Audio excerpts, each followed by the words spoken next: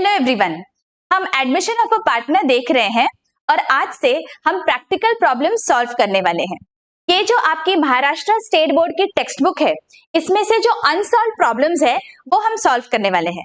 अगर किसी के पास ये टेक्स्ट बुक नहीं है, नो नीड टू वरी, मैं स्क्रीनशॉट देने वाली हूँ प्रॉब्लम्स का, so that we can solve the problems together.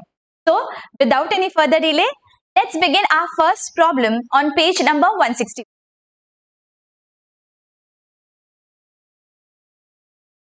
चलो पढ़ते हैं क्वेश्चन को। Vikram and Pragya share profits and losses in the ratio 2:3 respectively. ये जो रेशियो दिया है इसका मतलब this is our old ratio. ठीक है, आगे क्या है, let's see. their balance sheet as on 31st March 2018 was as under। तो हमें बैलेंस शीट दिया हुआ है, इसका मतलब this is the balance sheet before admission of new partner. Correct. आगे क्या है देखिए, they agreed to admit Avni as a partner on 1st April 2018 on the following terms। हमें टर्म्स दिए हुए हैं, let's read those. Avni shall have 1/4 share in future profits। मतलब अवनी का प्रॉफिट शेयरिंग रेशियो हमें दिया है 1/4। ऑलराइट, आगे he shall bring 37,500 as his capital and 30,000 as his share of goodwill। Alright, तो जो अवनी है he is bringing capital as well as goodwill. देखो आगे क्या है, land and building to be valued at 45,000 and furniture to be depreciated by 10%। मतलब जो assets and liabilities का रीवैल्यूएशन है वो दिया हुआ है। तो लैंड एंड बिल्डिंग को अभी हम स्टार कर लेते हैं और furniture is to be depreciated, तो फर्नीचर को भी स्टार कर लेंगे। आगे provision for bad and doubtful debts is to be maintained at 5% on sundry debtors, तो डेटर्स को भी स्टार कर लेते हैं। Stocks to be valued at 80-500, तो स्टॉक को भी स्टार कर लेंगे। तो हम जब प्रॉफिट एंड लॉस एडजस्टमेंट बनाएंगे that time we will see these adjustments. Okay, आगे क्या है देखो, the capital account of all partners to be adjusted in their new profit and loss ratio and excess amount to be transferred to their loan accounts। तो ये हमें सबसे and में ये वाला एडजस्टमेंट करना होता है। So first we will do all the other adjustments and then we will see इसका क्या मतलब है। ठीक है, अभी क्या बोला है देखिए, question is prepare profit and loss adjustment, capital accounts and new balance sheet. तो सबसे पहले हमें क्या करना है, प्रॉपर फॉर्मेट्स बनाने हैं। तो देखिए आपके सामने ऐसे प्रॉपर फॉर्मेट बनाया हुआ है। In the books of the partnership firm profit and loss adjustment account, ये टैबुलर फॉर्मेट बनाएंगे आप। पर्टिकुलर्स अमाउंट लिख के and then partners capital account बनाना है। 3 पार्टनर्स के 3 कॉलम्स है एंड अगेन पर्टिकुलर्स का column and new balance sheet है। So balance sheet is on the admission of the partner, that is on 1st April। तो ये बैलेंस शीट आपको ऐसे प्रॉपर फॉर्मेट बनाना है। ये 3 आपके टैबुलर फॉर्मेट्स बनने के बाद now we are going to start solving the problem. Okay, ऐसे प्रॉपर फॉर्मेट बनाइए, it will hardly take a minute but the presentation looks very neat and clean and only then आपको full marks मिलेंगे। ठीक है, okay, तो अभी सबसे पहले हमें क्या दिया हुआ है, Avni shall have 1/4 share in future profits. तो अभी हमें क्या करना है, न्यू प्रॉफिट शेयरिंग रेशियो क्या है वो निकालना पड़ेगा। ऑल्सो मैंने जब आपको सैक्रिफाइस रेशियो समझाया था बच्चों, याद करिए, वहां पे मैंने आपको क्या बोला था, ये पर्टिकुलर सम में जहां पे सिंपली दिया होता है दैट न्यू पार्टनर का ये रेशियो है, तो इसका मतलब ये होता है दैट जो ओल्ड पार्टनर्स है their sacrificing ratio is same as the old ratio। ठीक है, ये ओल्ड रेशियो जो है 2:3, this is only going to be the sacrifice ratio। याद करिए मैंने आपको बताया था, अगर आपको कंफ्यूजन है तो we will see in the working note और टैली कर लेंगे आपके लिए दैट देखिए ओल्ड रेशियो और सैक्रिफाइस रेशियो सेम है या नहीं। कौन सी सिचुएशंस में we need to calculate sacrifice ratio separately, वो मैंने डिटेल में समझाया हुआ है सैक्रिफाइस रेशियो के लेक्चर में। अगर किसी ने नहीं देखा है, I have given the link in the description, please go and check. ऐसे जो सिंपल प्रॉब्लम्स होते हैं यहाँ पे sacrifice ratio and old ratio is the same. ठीक है, लेकिन हमें न्यू रेशियो निकालना पड़ेगा। So let us first calculate new ratio. तो फर्स्ट वर्किंग नोट हम बनाएंगे, working note number 1, WN is working note. Okay, Avni shall have 1/4 share in future profit. अगर 1/4 शेयर अवनी का है तो बचा कितना बाकी के पार्टनर्स के लिए, 1 - 1/4 that is cross multiply 3/4, right. 3/4 बचा। अभी जो 3/4 है that is going to be transferred to Vikram and Pragya in their old ratio, correct. तो अभी विक्रम का रेशियो कितना आएगा और प्रज्ञा का कितना आएगा वो हमें कैलकुलेट करना है, ठीक है। बैलेंस ऑफ 1 कितना है, दिस इज 3/4, तो मुझे 3/4 लिख लेना है। दिस इज सिंपल कैलकुलेशन जो सैक्रिफाइस रेशियो में हमने थरली सीख लिया है, ठीक है। और ओल्ड रेशियो से मल्टीप्लाई करना है। ओल्ड रेशियो क्या है इनका, 2:3, दैट इज 5 एंड 3/5। तो लेट अस कैलकुलेट, कितना आ रहा है, 3 2s are 6, 5 4s are 20, 3 3s are 9, 5 4s are 20, और 20 डिनोमिनेटर हमें रखना है। तो ये जो 1/4 शेयर है अवनी का, इसका भी डिनोमिनेटर मुझे 20 कर देना पड़ेगा सो दैट इक्वल हो जाए। तो 4 को मैंने 5 से मल्टीप्लाई किया, न्यूमरेटर को भी 5 से मल्टीप्लाई। तो my final new profit sharing ratio क्या आएगा, new profit sharing ratio, PSR is the short form of Vikram, Pragya and Avni will be 6/20 is to 9/20 is to 5/20। यहां तक समझ में आया। इसका मतलब मैं इसे ऐसे भी लिख सकती हूँ 6 9 is to 5, correct. So this is the new profit sharing ratio after admission of Avni, right. यहां तक अच्छी से क्लियर हो गया। अभी देखिए मैंने जो आपको बोला था ना, sacrifice ratio is same as the old ratio जब ऐसे सिंपल प्रॉब्लम्स होते हैं। जस्ट फॉर योर अंडरस्टैंडिंग हम एक बार देख लेते हैं दैट इस केस में सैक्रिफाइस रेशियो क्या आ रहा है, ठीक है। You need not calculate this in the sum, ठीक है, बट जस्ट आपको एक बार दिखाने के लिए कि ये कैसे पॉसिबल होता है। सैक्रिफाइस रेशियो का हमारा फॉर्मूला क्या है for Vikram, our formula is what, old minus new. Old ratio क्या है विक्रम का, 2:3 है, राइट, यहाँ पे दिया हुआ है। सो 2/5 is my old ratio for Vikram. What is the new profit sharing ratio for Vikram? 6/20। मैं 6/20 को माइनस करूंगी तो मुझे सैक्रिफाइस रेशियो मिलेगा। सिमिलरली प्रज्ञा के लिए क्या है, old ratio was 3/5 and what is the new ratio, 9/20। हमने अभी कैलकुलेट किया, बस उसे मैं माइनस कर रही हूं। अभी हमें डिनोमिनेटर्स को इक्वलाइज करना है, 20 is the denominator, 5 4s are 20, तो मैंने न्यूमरेटर को भी 4 से मल्टीप्लाई कर दिया, बचा कितना, 2।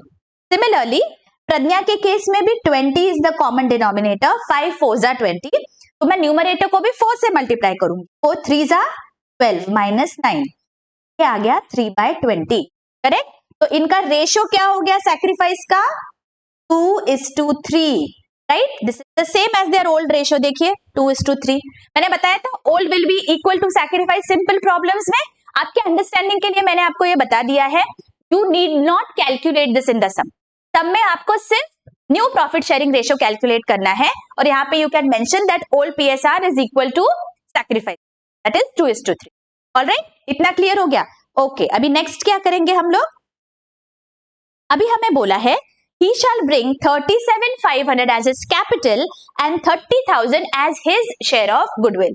तो कैपिटल लाया, उसकी हम एंट्री क्या करेंगे, याद करिए मैंने क्या बताया था आपको, when he brings the capital, simple entry है, cash account debit to capital. तो हमें इसको लेजर में लिखना पड़ेगा, पार्टनर्स कैपिटल अकाउंट में लिखना पड़ेगा, बिकॉज यहाँ पे जर्नल एंट्री तो हमें नहीं बनानी है।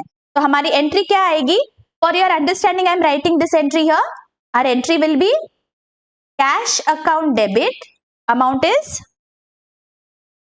37,500 to Avni's capital, right, 37,500।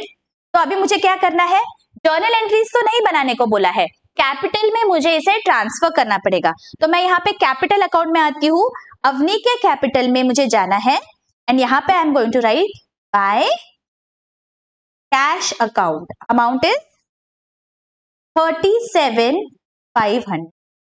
Understood. अभी सेकेंड एंट्री हमारी क्या है, गुडविल के लिए है। गुडविल उसने लाया, his share of goodwill is 30,000। जब भी कोई भी पार्टनर गुडविल लाता है बच्चों, हम क्या एंट्री पास करते हैं, याद करिए मैंने आपको सिखाया था ट्रीटमेंट ऑफ गुडविल में, you need not pass the entries, this is for your understanding, okay. आप directly if you are comfortable आप डायरेक्टली जाएंगे और पार्टनर्स के कैपिटल अकाउंट को ट्रांसफर कर देंगे, बट आपके अंडरस्टैंडिंग के लिए मैं इतना डिटेल में आपको बता रही हूं।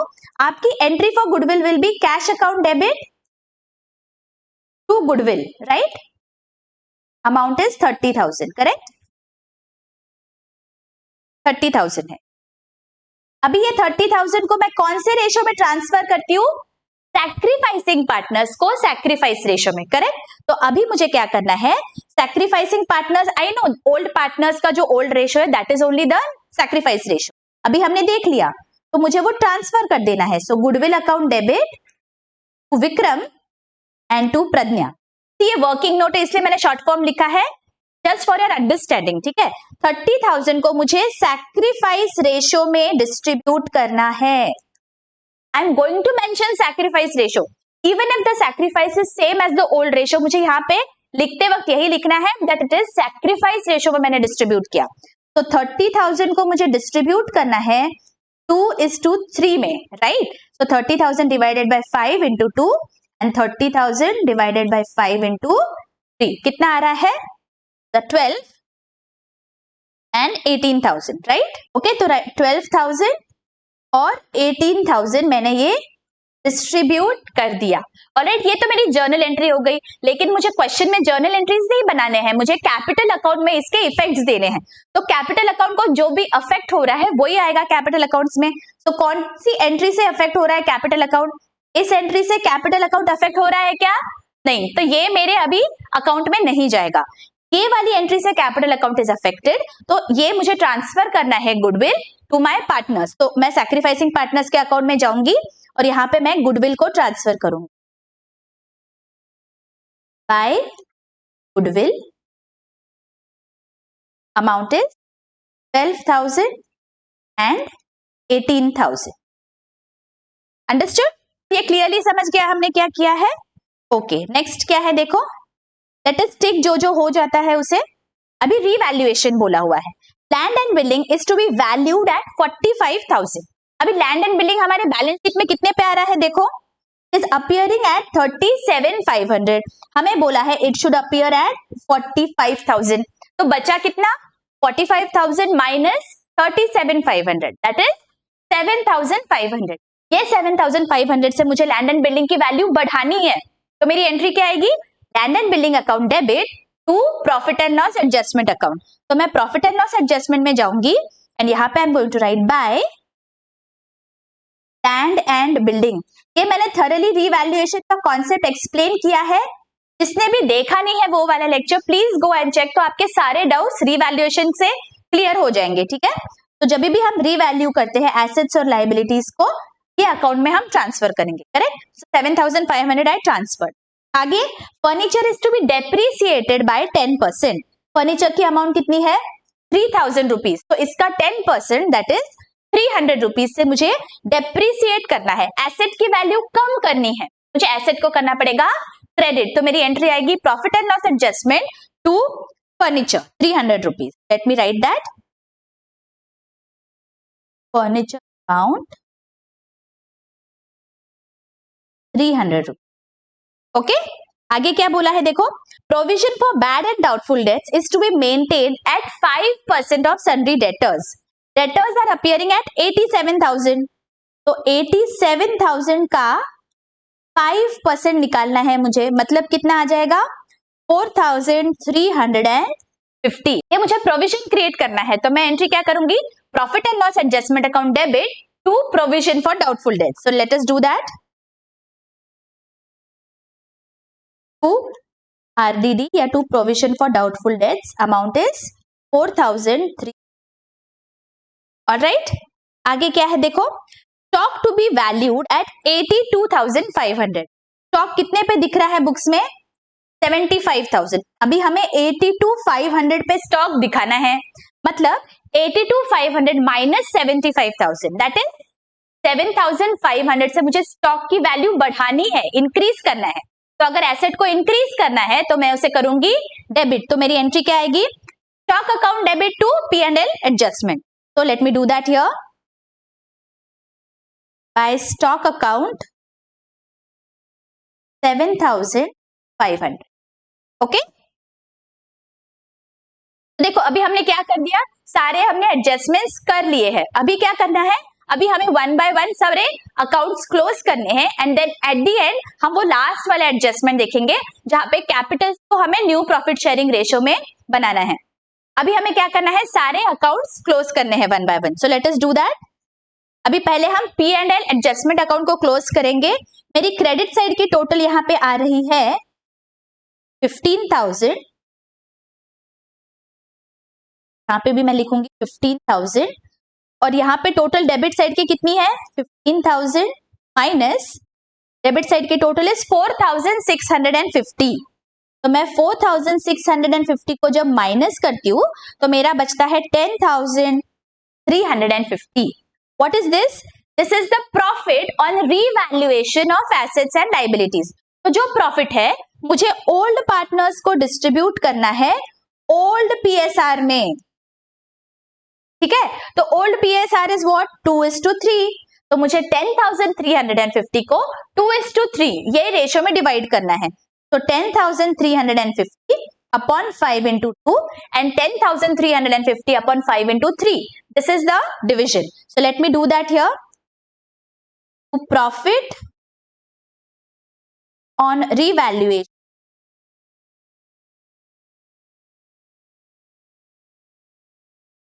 transferred to, yeah, you can just mention to profit transferred to. Okay, Vikram and Pradnya. Amount कितनी आ रही है कैलकुलेशन करने के बाद 4,140 एंड 6,210। ऑलराइट, ये आ गई सबकी अमाउंट। अभी इसका सेकंड इफेक्ट कहा जाएगा पार्टनर्स के कैपिटल अकाउंट को जाएगा। तो पार्टनर्स के कैपिटल को मुझे क्रेडिट करना पड़ेगा। So let me do that here by profit and loss adjustment account.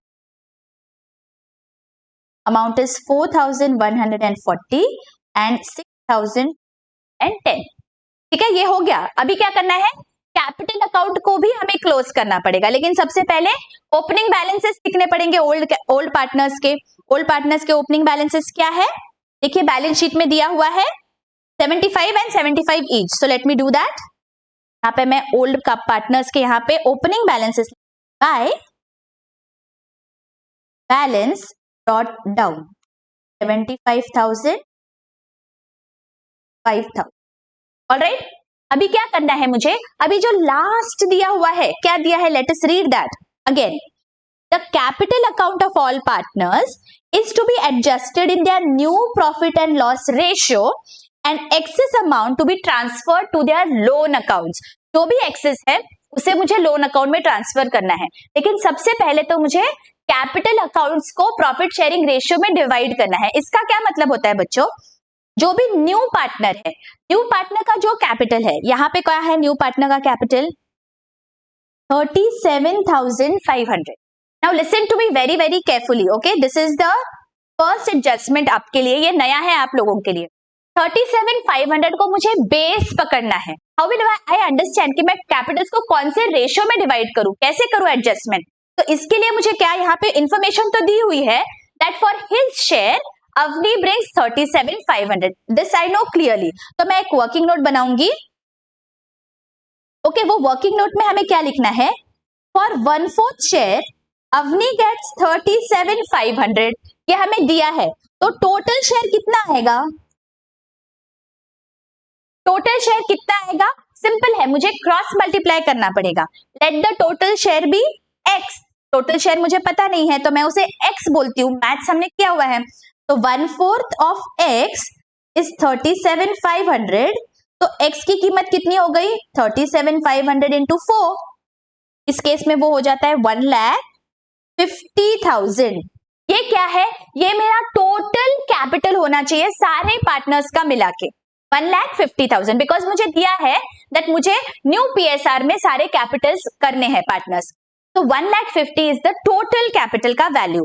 अभी 37,500 is the new partners capital और न्यू पीएसआर में मुझे 1,50,000 को डिवाइड करना है।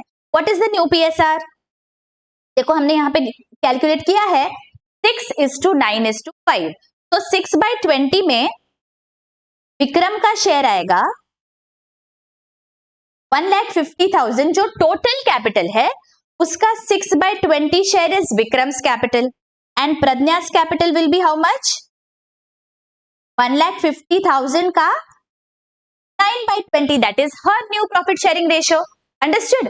हमें क्या करना है, जो भी टोटल कैपिटल आया उसे हमें न्यू प्रॉफिट शेयरिंग रेशियो से मल्टीप्लाई करना है, देन वी विल गेट कि विक्रम और प्रज्ञा का न्यू कैपिटल कितना आना चाहिए। ठीक है, तो ये मल्टीप्लाई करने के बाद क्या आ रहा है 45,000 एंड 67,500। ये क्या है बच्चों, this is the new capital. हमें बोला गया है ना कि पीएसआर में कैपिटल चाहिए, तो न्यू कैपिटल ये होना चाहिए पार्टनर्स का। ये हमने कैलकुलेट कर लिया। कैलकुलेशन समझ में आया आपको? क्या किया, पहले हमने जो इनकमिंग पार्टनर है उसका हमें पता है क्या शेयर होना चाहिए, तो इनकमिंग पार्टनर का जो प्रॉफिट शेयरिंग रेशियो है उसका रिवर्स करके हमने जब मल्टीप्लाई किया तो हमें टोटल कैपिटल की वैल्यू मिल गई। और टोटल कैपिटल अगर पता है तो हम न्यू पीएसआर से मल्टीप्लाई करके ओल्ड पार्टनर्स का भी हमने कैपिटल निकाल लिया। अभी मुझे पता है that 45,000 and 67,500 has to be the capital of my old partners. तो मैं ओल्ड पार्टनर्स के कैपिटल में जाऊंगी यहाँ पे। Now I know that the balance has to be 45,000। तो विक्रम का बैलेंस कितना है 45,000, प्रज्ञा का कितना 67,500 और अवनी को तो दिया हुआ है 37,500। ये क्या है, दीज आर द बैलेंसेस। तो यहां पे मैं लिखूंगी टू बैलेंस कैरीड डाउन। ठीक है, अभी मुझे पता है दैट ये मेरे बैलेंसेस होने चाहिए, इसलिए मैंने लिख दिया। अभी हमें आगे क्या दिया है देखो, excess amount has to be transferred to their loan accounts. अगर एक्सेस है कुछ भी उनके अकाउंट में, मुझे वो लोन अकाउंट में ट्रांसफर करना है। तो एक्सेस है या नहीं ये समझने के लिए मुझे क्या करना पड़ेगा, I will have to do the balancing of this account. तो पहले मैं यहाँ पे करती हूँ total of the credit side. Credit side की मेरी टोटल आ रही है इन विक्रम्स केस 91,140, यहाँ पे 99,210 एंड 37,500। राइट, यही मुझे यहाँ पे भी टोटल लिखनी पड़ेगी 91,140, 99,210 एंड 37,500। अभी क्या करना है, अभी सिंपल मुझे डिडक्ट करना है। 91,140 should have been the total of the debit side और 45,000 मेरा बैलेंस है, ये मुझे पता है। तो जो भी बचा वो क्या है, that I have to transfer to Vikram's loan account, because यहाँ पे दिया है जो भी एक्सेस बैलेंस है वो आपको लोन अकाउंट में ट्रांसफर करना। एक्सेस कितना 91,140 माइनस 45, कितना बचता है देखो, मेरा यहाँ पे आंसर आ रहा है 46,140। ये जाएगा पार्टनर्स के लोन अकाउंट में। ऑलराइट, सिमिलरली इन प्रज्ञा's case 99,210 माइनस 67,500, ये आ रहा है 31,710। ठीक है, समझ में आ गया हमने क्या किया, हमने पहले पार्टनर्स का न्यू कैपिटल क्या आएगा वो देखा और जितना भी बचा था वो we have transfer to their loan account. Simple easy है ये। आपको ऐसे अलग अलग सिनेरियो में दिया जाएगा, कभी दिया जाएगा जो भी एक्सेस है वो लोन अकाउंट में ट्रांसफर करो, जो भी एक्सेस है वो कैश या बैंक से आप एडजस्ट करो। तो जो भी रहेगा आपको वो यहाँ पे लिख देना है। यहाँ पे कैश आएगा, बैंक आएगा, लोन आएगा, करंट अकाउंट आएगा, व्हाटएवर जो भी आएगा आपको वो यहाँ पे लिखना है। ऑलराइट, इजी है ये, सिंपल। अभी क्या करना है, अभी बस बैलेंस शीट बनाना है, वेरी वेरी इजी। अभी तो सब हो चुका, तो let us make the balance sheet. ऐसे आपको बैलेंस शीट का फॉर्मेट बना लेना है एंड वन बाय वन हम देखते जाएंगे ओपनिंग बैलेंस शीट में क्या क्या है and we are going to transfer those amounts. तो फर्स्ट अमाउंट क्या है देखो ओपनिंग बैलेंस शीट में, कैश है 7,500। तो मुझे कैश का बैलेंस, अभी क्लोजिंग बैलेंस क्या है वो निकालना पड़ेगा। तो 7, उसके लिए मैं एक वर्किंग नोट बनाऊंगी कैश का बैलेंस निकालने के लिए। कैश का ओपनिंग बैलेंस वाज 7,500, ये मेरे बैलेंस शीट में दिया हुआ है। और कोई ट्रांजैक्शन हुआ क्या जिससे मेरा कैश अफेक्ट हुआ है, ऑफ कोर्स हुआ है ना, कैपिटल आया है कैश में, गुडविल आया है कैश में, दो चीजों से मेरा कैश अफेक्ट हुआ है। तो मुझे ये जो कैपिटल है 37,500 वो ऐड करना पड़ेगा और गुडविल कितना है 30,000 है, तो वो भी मुझे यहाँ पे ऐड करना पड़ेगा। और कुछ आया नहीं है कैश या कैश गया भी नहीं है बाहर, तो ये करने के बाद जो भी बचेगा that is my balance of cash. तो लेट मी डू दैट। यहाँ पे कितना आ रहा है देखो 75,000. So this is the balance that I'm going to write in my balance sheet. तो कैश का बैलेंस कितना है? 75,000.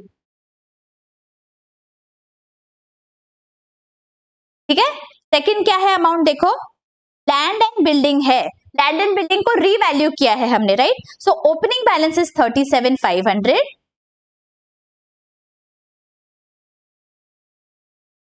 लैंड एंड बिल्डिंग और रीवैल्यू किया, तब क्या किया हमने देखो, रीवैल्यूएशन अकाउंट में डेबिट किया 7,500 से. तो यहां पे मैं ऐड करूंगी 7,500. Add appreciation. एप्रिसिएट होता है एसेट, मतलब की वैल्यू बढ़ गई है, या फिर आप रीवैल्यूएशन पे लिख सकते हो. यहाँ पे आपका आउटर कॉलम में आएगा 45,000.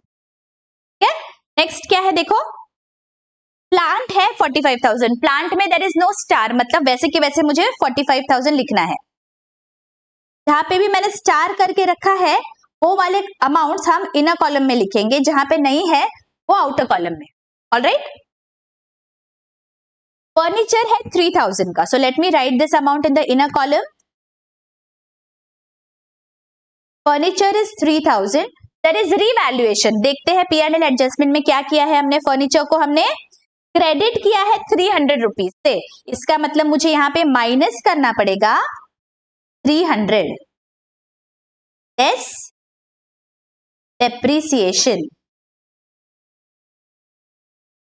ओके. आगे क्या है, लेट्स सी. स्टॉक है 75,000 पे. तो स्टॉक पहले इनर कॉलम में लिख लेंगे 75. और क्या दिया है देखो, P&L एडजस्टमेंट में जाते हैं.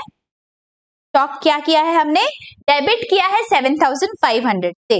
तो मुझे ऐड करना पड़ेगा 7,500. Outer column 82,500. Add appreciation in the stock. Okay. आगे क्या है, लेट्स सी. डेटर्स है 87,000 पे. डेटर्स मैं वापस इनर कॉलम में लिखूंगी 87,000. और अभी रीवैल्यूएशन में देखते हैं क्या किया है हमने. डेटर्स को आरडीडी बनाया है 4,350 का. तो यहां पे हम लिखेंगे लेस आरडीडी 4,350. आउटर कॉलम में आएगा 82,650. ओके. ये अभी हमारी एसेट साइड हो गई. अभी लाइबिलिटीज पे चलते हैं. और लाइबिलिटीज में सबसे पहले हम क्या करेंगे, कैपिटल अकाउंट्स लिखेंगे पार्टनर्स के. तो partners capital accounts,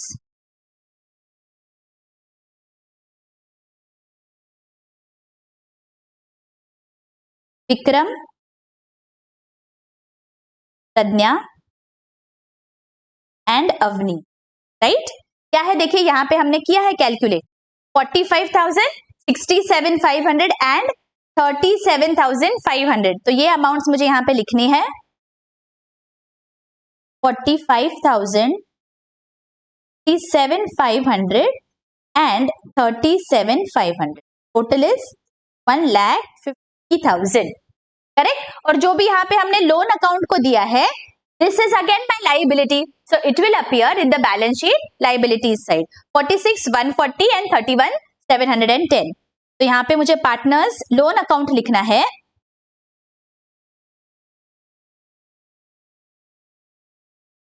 Vikram and Pragya. Amounts are 46,140 and 31,710. Outer column 77,850. ठीक है.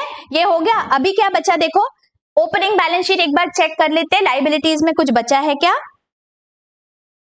कैपिटल्स हो गए. क्रेडिटर्स है 1,05,000 के. तो क्रेडिटर्स हमें क्लोजिंग बैलेंस शीट में लिखना पड़ेगा 1,05,000. ठीक है. अभी क्या बचा, अभी सबसे लास्ट पार्ट बचा है. अभी हमें बैलेंस शीट को टैली करना है. तो लेट अस डू दैट. अभी एसेट्स और लाइबिलिटीज की हम टोटल करेंगे and let us check whether our balance sheet is tallying. मेरे लाइबिलिटी साइड की टोटल आ रही है 3,32,850 और एसेट साइड की टोटल भी आ रही है 3,32,850। तो अभी हमारा बैलेंस शीट टैली हो गया है। एकदम क्लियरली आपको ये वाला प्रॉब्लम समझ गया होगा, ऐसी मैं आशा करती हूँ।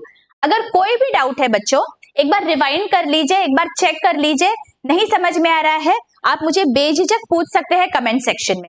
अगर बहुत अच्छी से सब समझ गया है, please hit the like button, do comment so that I also understand कि आप लोगों को ये बहुत अच्छी से समझ में आ रहा है। ठीक है, ऐसे ही हम सारी प्रॉब्लम सॉल्व करने वाले हैं आपके टेक्स्ट बुक में से। आपके 12th स्टैंडर्ड के एग्जाम से पहले पूरा पोर्शन आपका मैं कवर करने वाली हूँ। Please be with me, stay tuned, और मिलती हूँ आपको अभी अगले लेक्चर में। Till then take care, bye.